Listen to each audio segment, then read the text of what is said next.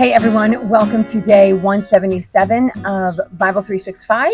I am your host, Kathy Carter. Today's reading is Isaiah 12, 1 through 6, 17, 1 through 14, 2 Chronicles 28, 16 through 29, 2, 2 Kings 16, 10 through 18, 8, and then Hosea 1 through 2, 13. So it's actually a really big reading.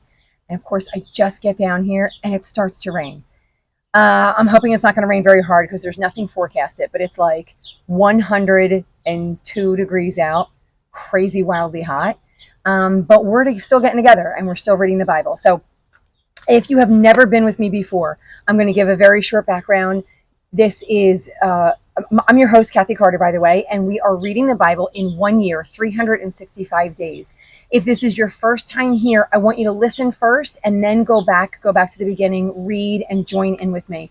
It's chronological, which means we're starting from the beginning. We're going all the way to the end, which means I want you to read the whole thing. And I know it's a daunting project, but I also know that you have the capabilities to do it. If I can do it, you can definitely do it. I am not a theology student. I didn't go to college. I didn't go to seminary for any of this. And so this is just something I do because I am passionate about the Lord. He's given us the ability by putting his word in front of us and by giving us brains and the ability to love him. And so I am highly encouraging you to do this and to stick with it as long as it takes, right? So it might take a year, it might take 2 years, it might take 5 years, and that is all good as long as you're in his word consistently and reading along with him, right? So that's what's really important. Okay, if you have if this has been a blessing, I'm doing it early. I want you to like this video. I want you to share it with someone, and I want you to subscribe to the channel because this blows it out to a lot of people. It's a really niche field, like reading your Bible. I know Bible studies are probably a broader thing. This is actually reading your Bible and reading it through in a year. And so get it out to as many people as possible so people start reading. And then we can kind of all start talking about the Lord together, right? Like those of us who love the Lord, like let us kind of come together and celebrate him and grow more in his likeness. Okay, so all that being said, so today we are, again, day 177. We're starting the book of Isaiah. We have some prophets today, and we're still in the book of 2 Kings and 2 Chronicles. Those of you who have never been here before, the background is this. David was king. The people were taken out of, well, I'm going before David. People by the Lord took the people of Israel out of Egypt, out of slavery, brought them over into Israel, created a land for them, allowed them to live in this beautiful land of milk and honey. They never really appreciated it. They always had leaders and then the leaders would turn towards the Lord, and then they would all fall away from the Lord, and then they'd all have to keep coming back to the Lord. This was this perpetual cycle. They asked for a king. They got Saul. Saul was a bad king. They got David. David was a king after the Lord's heart. David is consistently talked about, even now, hundreds of years later, in the area in which we're in. After David was King Solomon, he was a king of peace. After the king of peace, the nation split into the northern kingdom, which is Israel, the southern kingdom, which is Judah. There have been kings on those thrones for hundreds of years after that. The kings of Israel were all bad except for one. Jehu was the only one that showed signs of promise, that was following the Lord. Although he wasn't completely great, he was still worshiping these gold statues that were made by Jeroboam long before him. Down in Judah, there were a lot of good kings, but not all good kings, right? So there were a lot that turned away from the Lord. There are a lot of people still sacrificing to Baals and different gods. That is where we are today. And we have started to come across some prophets, and prophets in this area are people who continue to go. They're people that hear from the Lord, right? So if you're wondering like what a prophet is, what it looks like, do we still have prophets today? These are people that hear from the Lord in many different ways, right? The Lord can speak directly to them. So Isaiah, he's going to speak. It says, the Lord says, right? And then Isaiah goes out and speaks. In other areas, he can send dreams and visions. And so we see some of that in some of these prophets as well. But it seems to be that there's a sending out from these particular people, that the Lord is some way talking to them, and they are sent to their own people, right? They're not sent to the world for the most part, although Jonah was. But for the most part, they're not sent to the world. They're sent to their own, to God's people that God sort of chose to be his ambassadors on the earth, his images that everyone could see God through these people. And they're sent to them and saying, they're like, step up. You guys are messing up. You're turning away from the Lord, and he's going to bring destruction, right? Like it is time to turn back. And now we're starting to find, because that was sort of the beginning of the prophets, and now we're starting to find that the prophets are like, because you didn't turn back, right? Because you sort of lost your way and you lost your opportunity, because you didn't turn back, the Lord is going to destroy, right? So he's going to wipe out.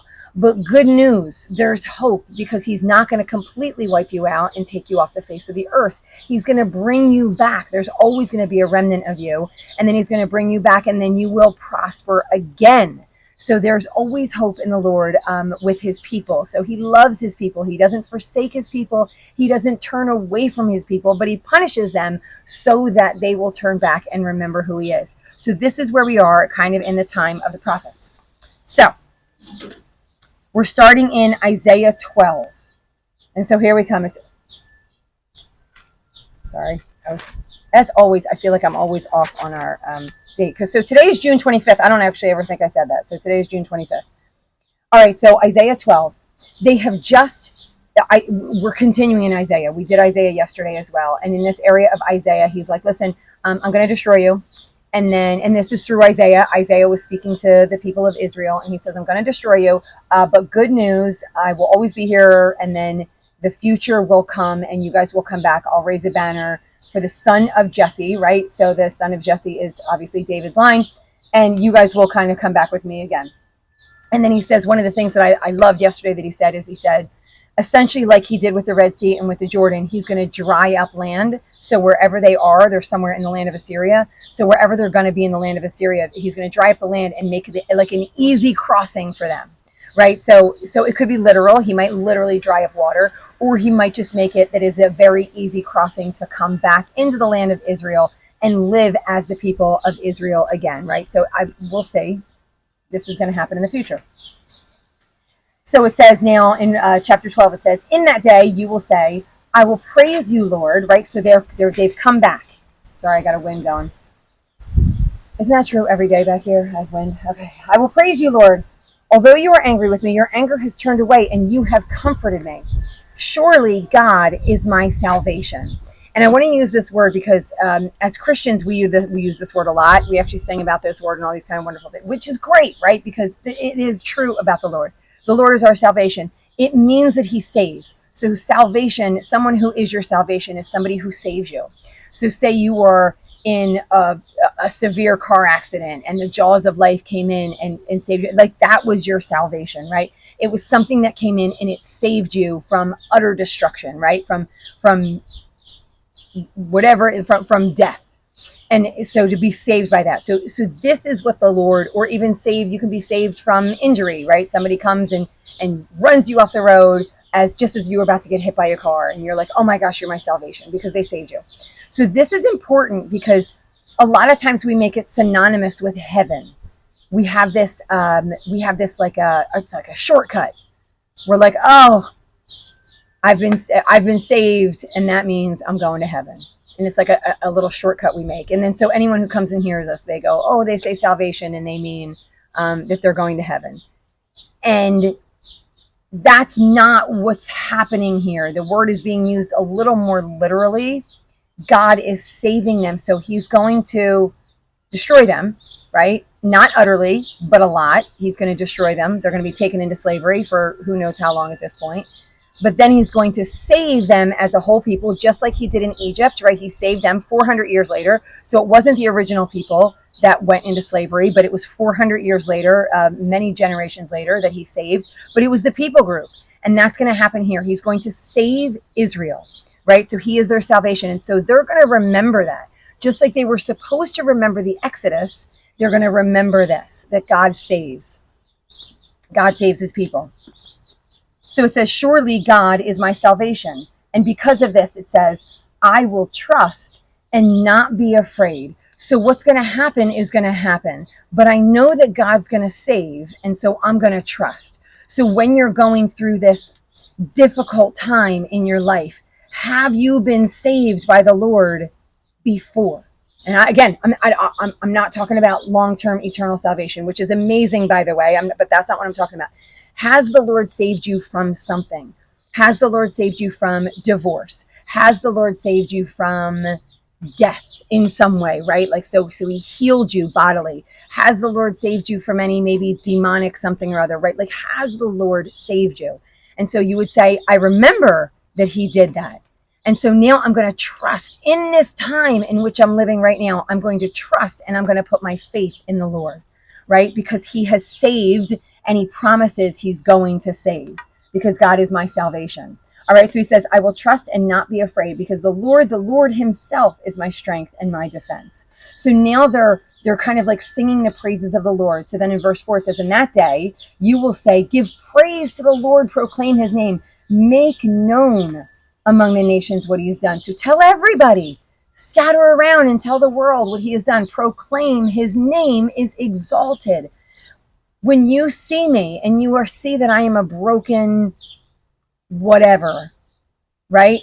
And I can say, but the Lord has saved me from, right? So the Lord has saved me from whatever destruction that might be. Israel's the same way. When Israel is going to be in slavery and all these things are going to happen, and they're going to say, but he's brought us back. He has saved us from this. So yes, we suffered, and yes, it was a really horrible time for the people of Israel, and yes, there was famine, and yes, there was, all these bad things. But the Lord is the one who saved us, and they want everybody to know that it was the Lord, right? So make it clear to everyone that it was the Lord. Proclaim his name. Sing to the Lord. So let him know that you remember that it was him. And then here we go. We're going to move on to Isaiah 17, where there's a prophecy against Damascus. And one of the things that I do when I do this, I'm so itchy, sorry. One of the things I do when I do this is I don't just read scripture, which I think is extremely important. And if that's where you are, I want to leave it at that and be done with that. But because I'm sharing this with you and because I want to have a greater understanding, I also try and look at like historically what was going on in the area. And I also look at geographically what was going on in the area. And I've shared some of that with you guys. Geographically, he's going to talk about Damascus. Damascus is what is in now Syria. So it's like to the east, I think, of Israel currently. I'm terrible with directions, but I think it's the east. I think Damascus is to the east. And so it wouldn't have been, it wasn't really the 12 tribes. However, so it was Aram at the time of this, right? It was Aram. Now it's more in Syria, and so that would be a greater understanding of where Damascus is. But it was a conquered territory by David, right? So it kind of went up, like David's conquered territory was like up through Israel, and then it kind of went inward, like away from the ocean and in towards the land, and Damascus was one of the areas that was conquered. So there was a little bit of Edom conquered, and there was a lot of Aram up north that was conquered.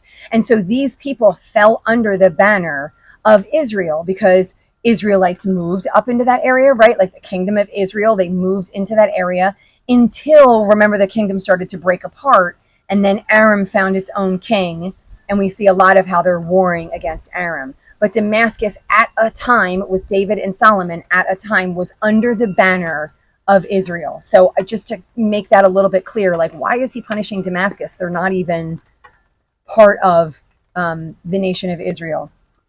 So we're going to see that. So, all right. Can you hear the rain? I don't know if you can hear it. Hopefully it's not going to get any worse, and I'm going to have to go in. We'll see, though. All right, so a prophecy against Damascus. See, Damascus will no longer be a city, but will become a heap of ruins. So God is also going to destroy Damascus. I got to go in. I'll see you guys in a minute. Okay, change positions. Still outside just because it's warm, but hopefully the rain won't be too loud. Okay, so we are in Isaiah 17. So we just started it essentially. Ruin for Damascus. We're saying it's going to be a heap of ruins. And then it says, the fortified city will disappear from Ephraim, and royal power from Damascus. The remnant of Aram will be like the glory of the Israelites. So Aram is going to be destroyed as well, but there's going to be a remnant. There's going to be a little bit left of Aram also. And then in verse 4 it says, in that day, the glory of Jacob will fade. So it seems like what's going to happen is there's going to be a little bit left, maybe even still in Israel, right? So if I were an Israelite sort of looking at this, some are going to go away, and the ones that are going to be in Israel, one of two things. It could be really literal because it says the fat of his body will waste away. So it could be that they're going to starve so much that they could be sickly, right? Like they won't be able to eat, or it could be that there are going to be so few of them that it seems like it's really skinny. All right, I'm going to flip this. Can I flip it? I'm going to flip it so you guys can see the rain.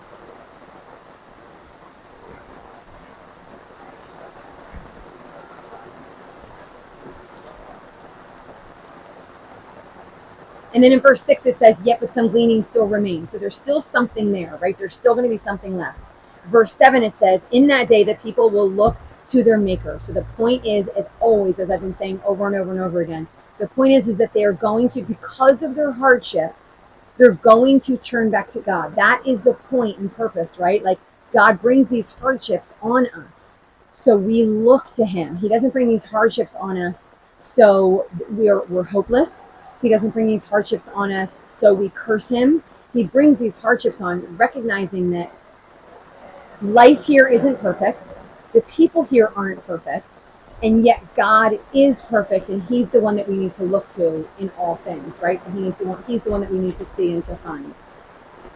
It says in verse 9, in that day their strong cities, which they left because of the Israelites, will be like places abandoned to thickets and undergrowth. So it's going to be terrible where they live because they forgot God and they did it on their own. They were so prideful, they did everything on their own.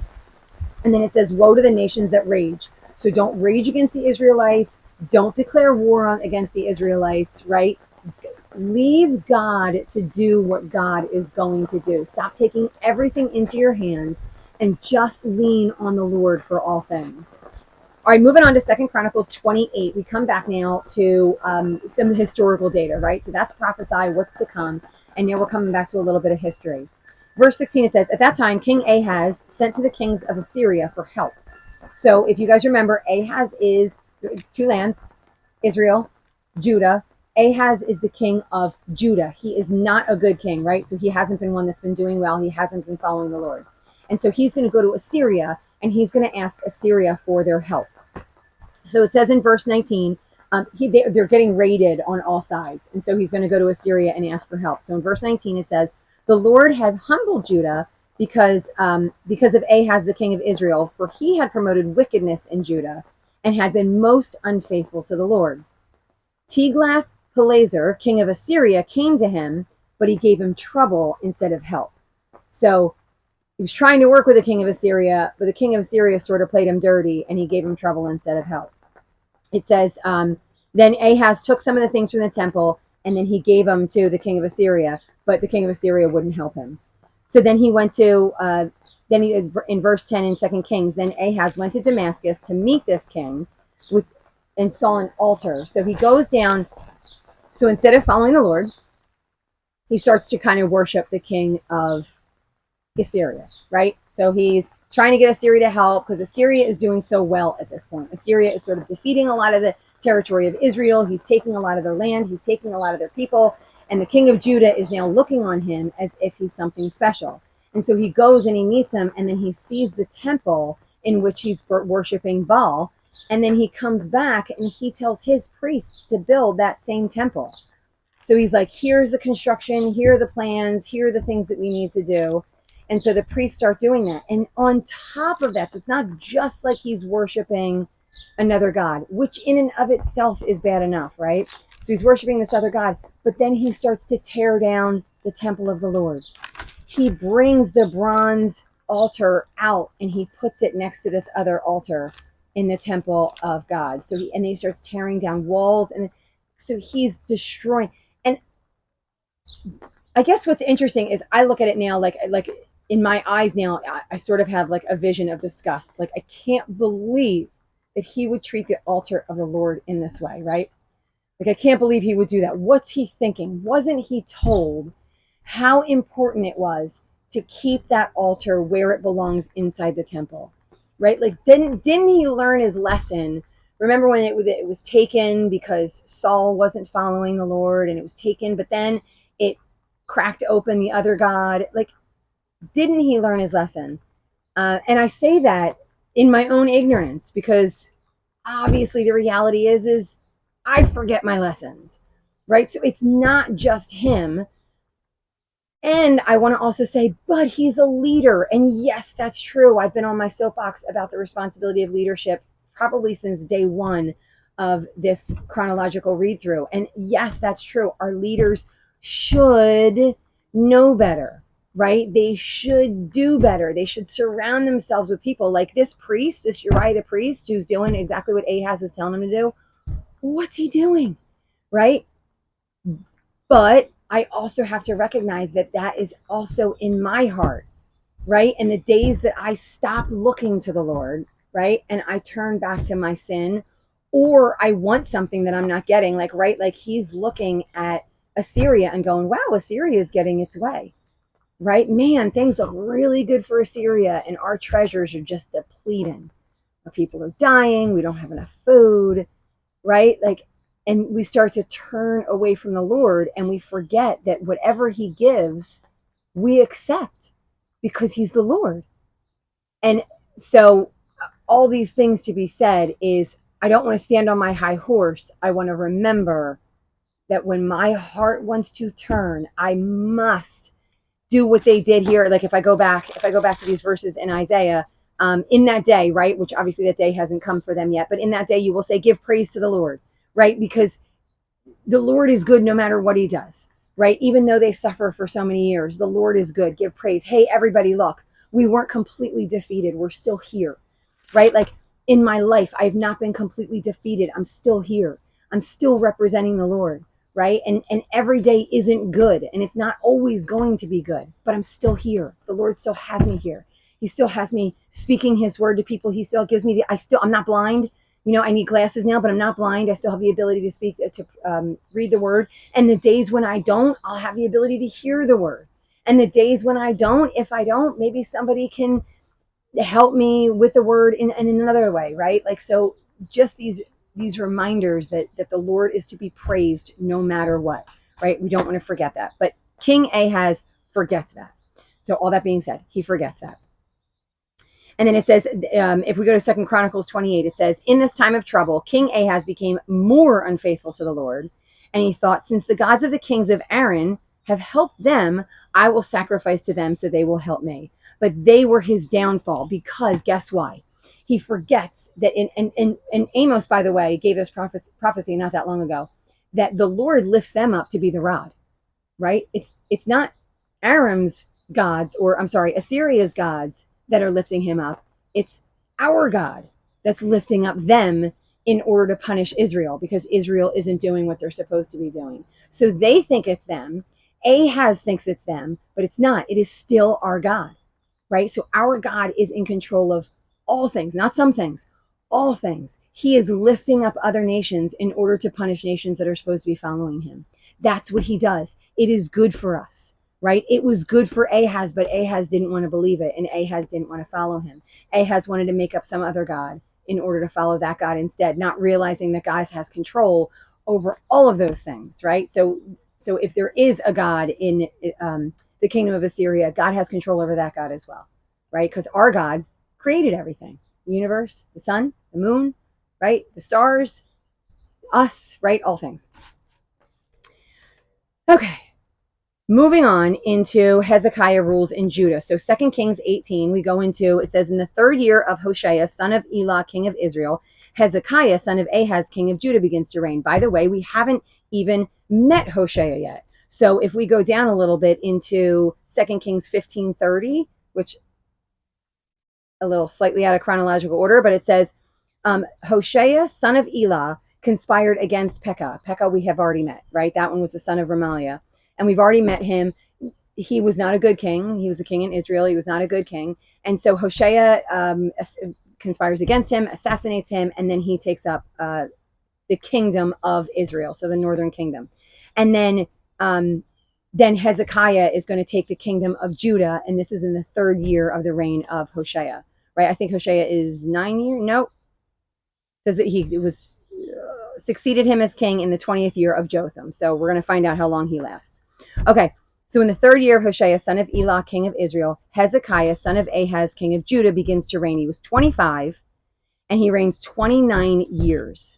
He did what was right in the eyes of the Lord. So this is good. So once again, he's a king of Judah, and he's doing what's right in the eyes of the Lord. He removes the high places, smashed the sacred stones, and cut down the Asherah poles. He broke into pieces the bronze snake Moses had made. For up to that time, the Israelites had been burning incense to it. So here we go. If you guys remember, it's back in Numbers. In Numbers, there's this disease, they're snake bites. They start turning their own way, and then the Lord allows snakes to come, and snakes are biting them, and they're all dying.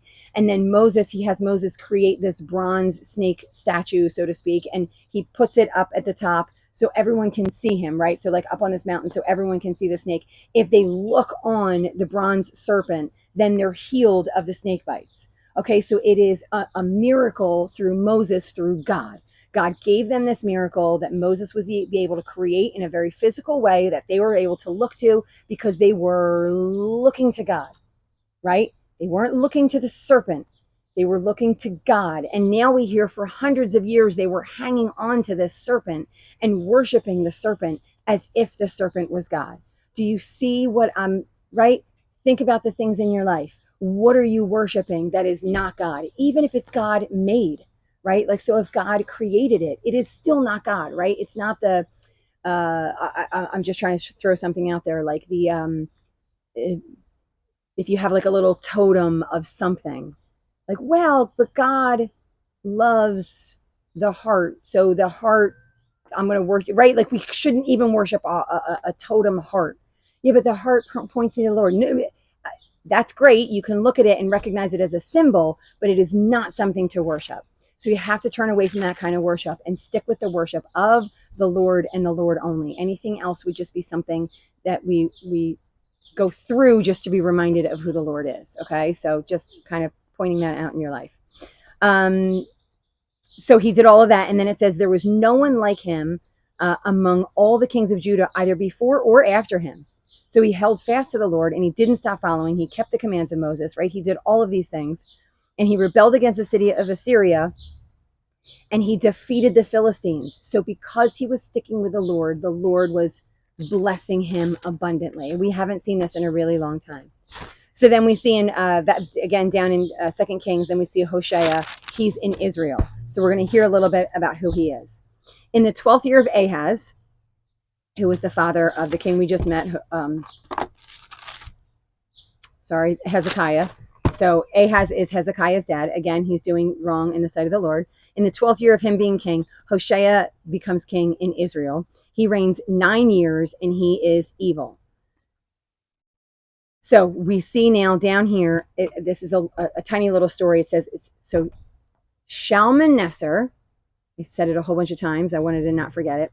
King of Assyria came up to attack Hosea in Israel. This is why. Hosea was Shalmaneser's vassal. So what he was doing is yes, he was king in Israel. Sorry, Israel was up here. But he was given this land by Shalmaneser. So Shalmaneser was like the king of Assyria, and he was like a big king, and he owned a whole bunch of area, and he was like destroying Israel one by one. He allowed, Hosea, he allowed Hosea to live in this territory as the leader, but he was under the king of Assyria, right? So there's kind of getting in all these connections. He was paying him tribute, but then he turned on him, and he started reaching out to the king of Egypt and paying tribute to him and denying tribute to the king of Assyria. So then Shalmaneser comes in and he seizes him and he puts him in prison. So now the king of Israel is in prison by the king of Assyria. So this is where we are. These are some of the things that have now been prophesied by Isaiah and Amos, right? So we're starting to see some, and I think Micah, even a little bit in Micah. So we're starting to see some of these prophecies grow literal legs. All right, so now we're going to move down. This is our last section for today. We're going to move down into Hosea, not to be confused with Hosea, right? Hosea is just a prophet, and he is a prophet for about 30 years, give or take. I don't know if it says, I'm not sure where he's from yet. So biblically, it doesn't tell us where he's from. Is he Israel? Is he Judah? I'm not too sure. When it does say that he's a prophet in the land, it sort of discusses both sets of kings that he's a prophet of. So I'm not really too sure where he lands, because he's a prophet during the reigns of Uzziah and Jotham and Ahaz and Hezekiah, and they're from Judah. And he's also during the reign of Jeroboam, who is up in Israel, right? So he's kind of during all of those times. This is how we meet Hosea. When the Lord began to speak through Hosea, the Lord said to him, go marry a promiscuous woman and have children with her. So this is what the Lord is calling Hosea to do. Hosea is a guy, sure, he wants to be married and have kids, and he's saying, go marry a woman who's going to sleep around, maybe has already slept around. According to the laws of Israel, this is not okay, right? So he's not supposed to marry someone who would be deemed unclean.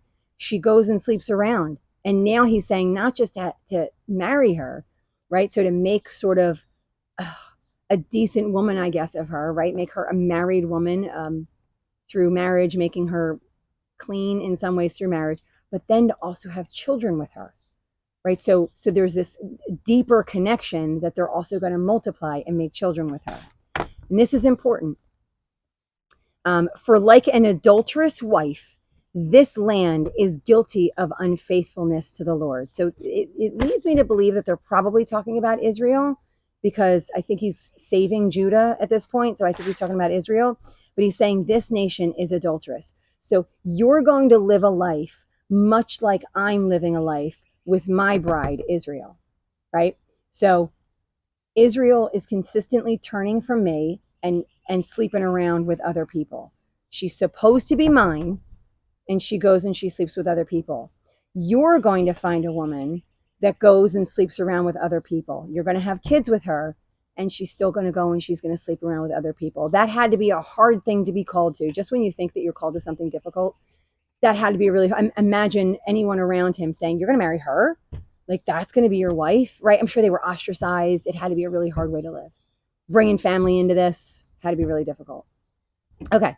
So then the Lord says, so he marries this woman, Gomer, who's a promiscuous woman, and she has a son with him. The first son is named Jezreel, and Jezreel is named Jezreel. So again, his life is sort of emulating what's happening in the world around him. He's calling him Jezreel because Jehu took out Jezreel, and not in the way that God asked him to, right? And so he's like, I'm going to punish that house, the house of Jehu, which, by the way, I was thinking it was Israel because Jehu was king, but Jehu's not king at this time. So I'm thinking it's just very particularly his house. So because of his deeds, the Lord is going to punish his house, which means his brothers, his children, right? Like his wife, anyone who's still left alive. He's been a couple of kings before the king that we have right now. So anyone that's left alive in his house is going to get punishment because of the things that he did.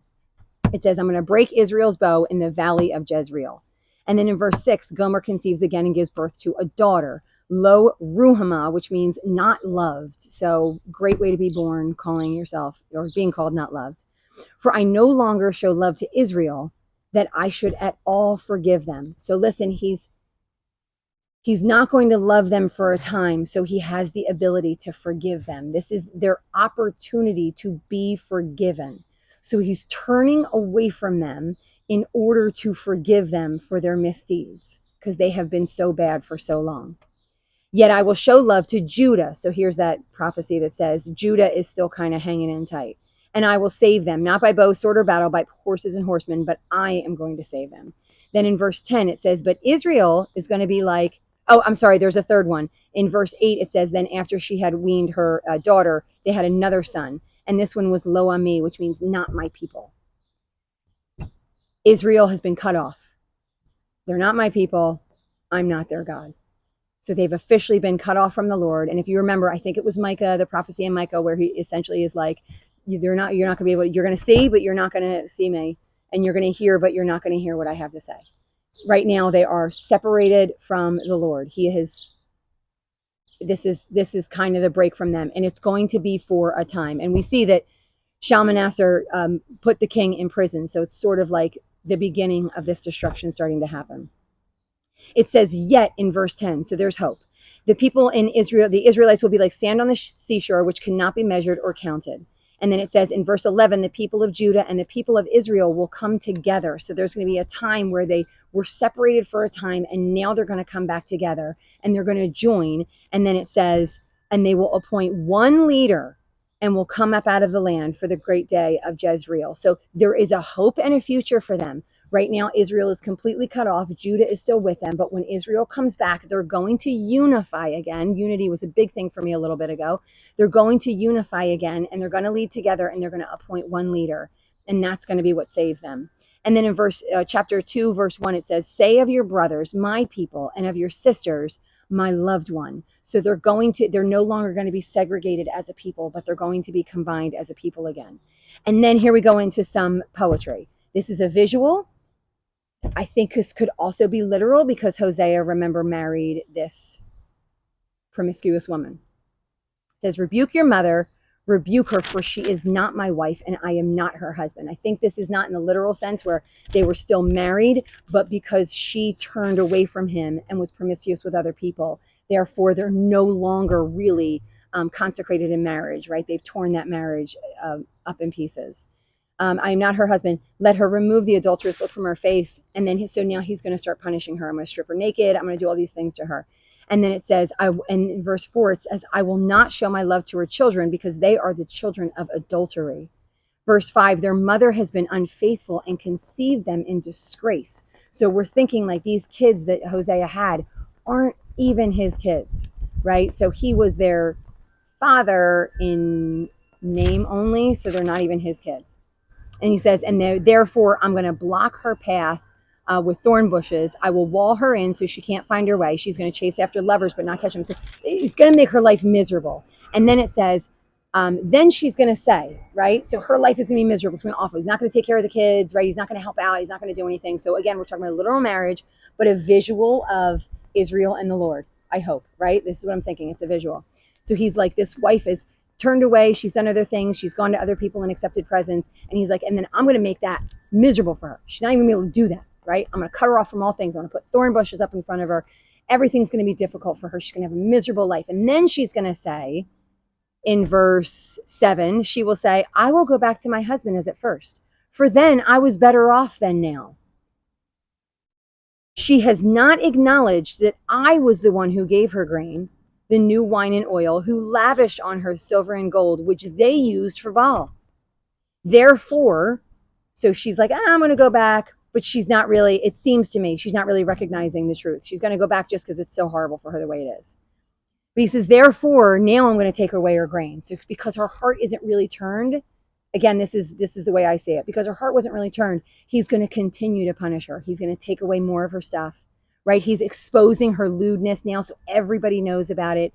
He's going to ruin her vines and fig trees. So everything is just going to fall apart for her. I will punish her for the days she burned incense to Baal. She decked herself with rings and jewelry and went after her lovers. But me, she forgot, right? So he is punishing her because she forgot everything that she was given, all the beauty, the joy, the peace, the love, the every blessing that can come from anywhere was given by Hosea, and she chose to turn away from that, right? And this is the same as the picture with Israel. Israel was given anything and everything at all times by God. All they did was ask, and when they asked, God showed up, and they turned away from him, right? So that's where we're leaving today. So we're semi-leaving on a negative note, but really in a good way, we're leaving on a good note, right? Because the Lord is being just to his people, just like sadly Hosea is being just to his wife that has turned from him. So we're leaving out today. We're going to do a little bit more of Hosea tomorrow. I hope you were able to stick with me. Like it, share it, subscribe to the channel. In the meantime, guys, keep reading, and I'll see you tomorrow.